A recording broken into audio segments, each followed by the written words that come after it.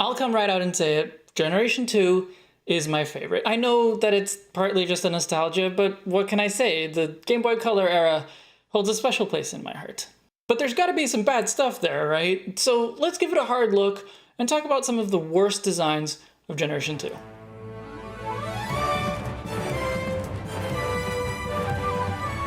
Here's the thing though, there aren't many. I tried, okay? I looked through them all and I tried to pick out things to really lay on them for. But this generation really is solid, so a lot of the Pokemon I have to talk about are poor designs, more for what they could have been than for what they actually are. For example, Dunsparce and Gligar are nothing too special, they're both pretty average, but there's one thing that really tripped me up when I first saw them. They aren't related. And they actually have a lot in common. The big one is their tails with the big pointy end to them. But on top of that, one is a ground worm, or snake-like thing, with wings, and the other is a ground and flying type. They both look like winged versions of animals that don't normally have wings, and they both have pointy bits on their heads.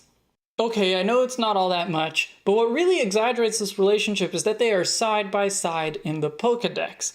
Until I actually played through the games and caught them, I was sure that Dunsparce was Gligar's larval form. So it's not so much that they are bad designs, it's more that there's a lot to suggest that they are related when they're actually not. But who knows, maybe they were related at some point in development.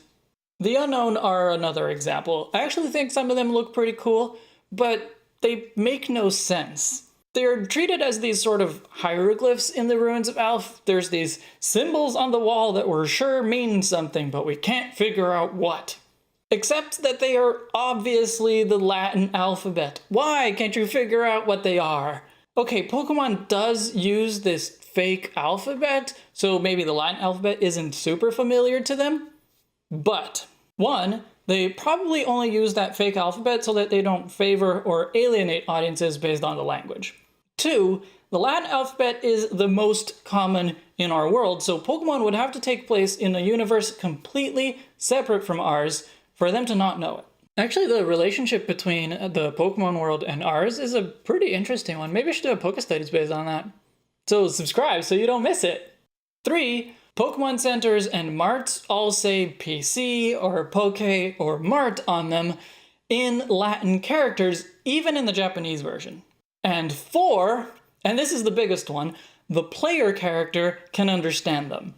We can read and follow the instructions on the back wall of the puzzle chambers, so this scientist not knowing what's going on makes no sense at all. But here's what bugs me.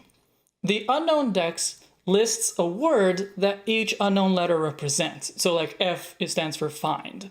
So what if the unknown had been more like actual hieroglyphs and were ideograms or pictograms of what they represent instead of letters?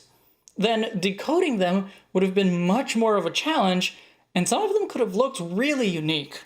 Chikorita is easily the cutest grass-type starter of all time.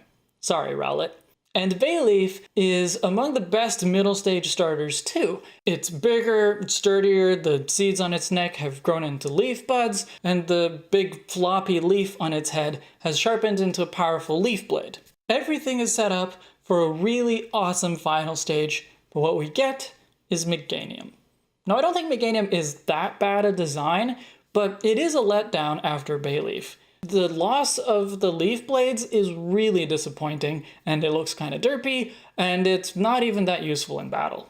Okay, these next few that I'm going to talk about are the actually bad designs. You may remember that in the last episode, I praised the use of baby Pokemon to give new life to some Gen 1 designs. Magby, Elekid, Tyrogue all worked really well. Cleffa and Igglybuff, not so much. Most of the baby Pokemon were simplified versions of the original designs with a bigger head and stubbier limbs. But Clefairy and especially Jigglypuff didn't have much to simplify, and they already had huge heads and tiny limbs. Cleffa at least has the star shape, which kind of makes it a falling star and plays into the idea that Clefairy came from space. But Igglybuff is basically just Jigglypuff without the ears. And we could have had that adorable baby Meowth instead. And finally, Sunkern is actually a really nice design for a seed Pokemon. It's pretty cute, and I love the stripes and the Bart Simpson head with the little sapling coming out the top. But if you love Sunkern like I do, never give it a Sunstone. Sunflora is one of the laziest designs for a grass Pokemon. It's got this weird bulge to the body, these leaves for hands that are totally uncreative, just like the rest of it, and these weird floppy feet that barely look like they belong there. Honestly, even the beta design from the Space World demo looks better. At least it has a stalk of a normal width and roots instead of feet. Alright, that's enough bashing Generation 2 for me. But what about you? What do you think were the worst designs of Generation 2? Let me know in the comments. And if you're enjoying this series, don't forget to leave a like and subscribe. You can also reach out to me on Twitter and Tumblr, the links are below. Oh, and I'm streaming on Twitch now at 6 p.m. Pacific on Saturdays. I'm currently playing through Pokemon Crystal with nothing but a Bayleaf. That's where a lot of the footage in this video came from. The link's in the doobly-doo, and I hope to see you there. I'm Umbreon Libris. I'll now see you in the next chapter.